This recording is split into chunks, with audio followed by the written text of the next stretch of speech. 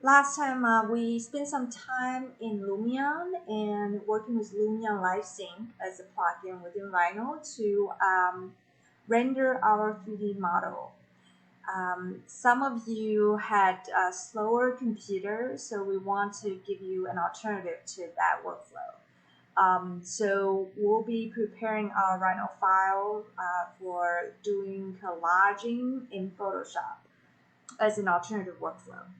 So let's just make sure that when you switch to technical view, you're able to see clean line work like the one I have. I believe that most of you do not have this all set up yet. So to have this set up, let's go to Tools and Options. And then we want to go to View and then click on Display Modes. And then we want to go to Technical right here.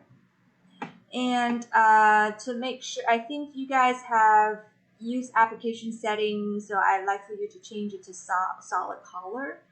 And then make sure you uncheck show hidden lines. I think you all have that checked.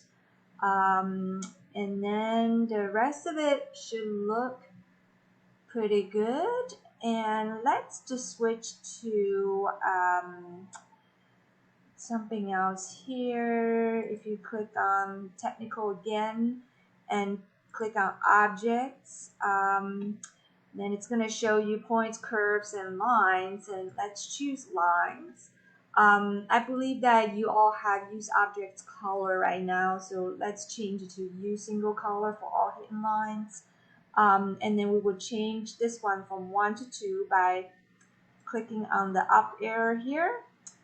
Same with this one here. I think you all have use objects color. Change it to use single color for all edge lines. Same here. Let's click on the up arrow right here to change it from 1 to 2.